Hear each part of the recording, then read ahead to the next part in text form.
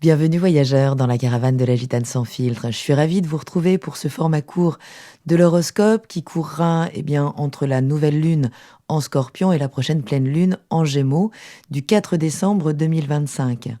Si ça vous intéresse, vous avez la version longue à laquelle vous pouvez accéder à partir des petits abonnements que je propose maintenant pour continuer de faire vivre ma chaîne.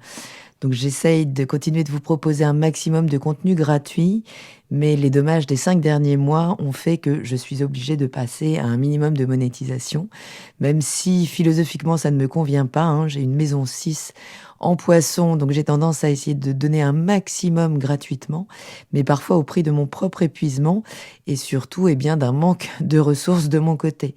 Donc j'espère que vous comprendrez. Si ça vous intéresse, vous avez toutes les formules d'abonnement donc sous cette vidéo.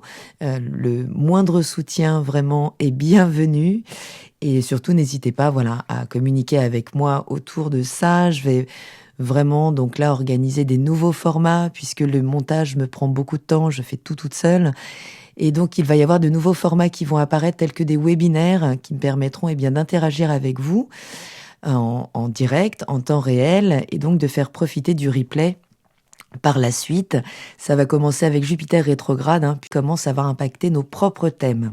Donc la nouvelle lune en Scorpion, tout le monde l'attend, puisqu'effectivement, on sait qu'on a très peu de temps là pour vraiment initier des choses qui pourront prospérer par la suite, soit sur la quinzaine qui arrive, mais également jusqu'à la prochaine pleine lune en Scorpion. Donc au mois de mai 2026. Donc forcément, là, c'est vraiment un moment à ne pas louper.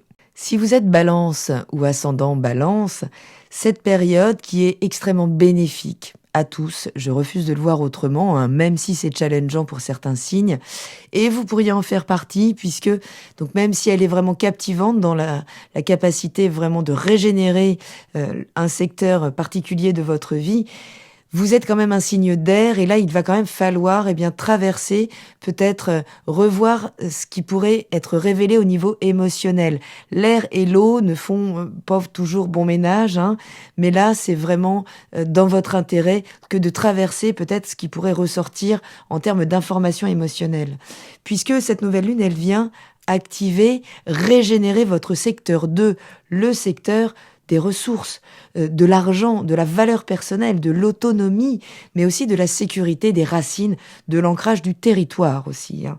Donc avec Mercure rétrograde, Vénus, Lilith, on voit bien que là, ce sont les priorités financières, matérielles, qui viennent vraiment là se réaligner pendant cette période pour vous permettre beaucoup plus de stabilité par la suite. En face, Uranus rétrograde le secteur 8 et donc vient secouer un lien, un partage de ressources, une dette émotionnelle ou matérielle, peut-être une histoire d'héritage, qu'il soit symbolique ou concret, là, qui pourrait s'inviter pendant cette période.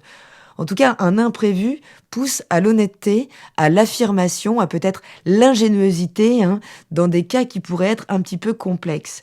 Vous êtes vraiment soutenu donc par ce triangle d'eau, dont je parle beaucoup dans l'analyse générale, et qui vient soutenir quoi ?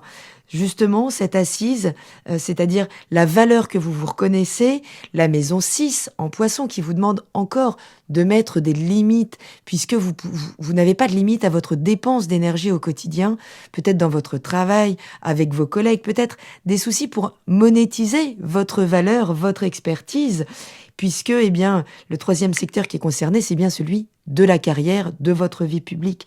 Donc tout ça peut vraiment être assaini pendant cette période, à condition d'être à l'écoute de vos besoins propres.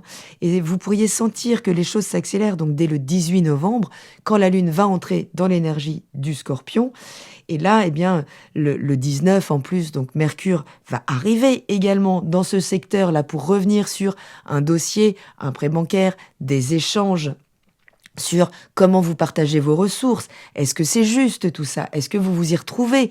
Est-ce que vous êtes dynamisé par votre activité au quotidien ? Est-ce qu'elle vous draine ? Est-ce qu'il y a des limites à mettre dans tout ça ?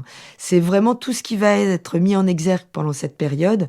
Et le 20 novembre, là, vous aurez la possibilité d'initier vraiment un nouveau rapport à l'argent, un nouveau rapport à vos limites. Soyez à l'écoute de votre énergie, de votre force vitale aussi, puisqu'il y a vraiment la possibilité d'initier là des choses qui seront plus justes par rapport à ce que vous donnez et ce que vous recevez. En tout cas, jusqu'au 4 décembre, eh bien, vous pouvez regagner en contrôle, reprendre votre pouvoir par rapport à la matière, à la sécurité, mais ça demande à réorganiser, à remettre certaines limites dans votre capacité à donner de vous, à finalement valoriser votre propre travail, à valoriser vos propres compétences, votre talent. Et oui, même si c'est pas agréable, eh ben ça passe par le fait de devoir monétiser les choses à leur juste prix. Voilà, voyageurs, vous regagnez vraiment en puissance pendant cette période, un nouveau cycle d'autonomie, de valeurs personnelles retrouvées et peut-être très bien un moment de prospérité à ancrer à partir de cette période. Prenez bien soin de vous, je vous embrasse et je vous dis à très bientôt dans la caravane de la Gitane sans filtre. Salut!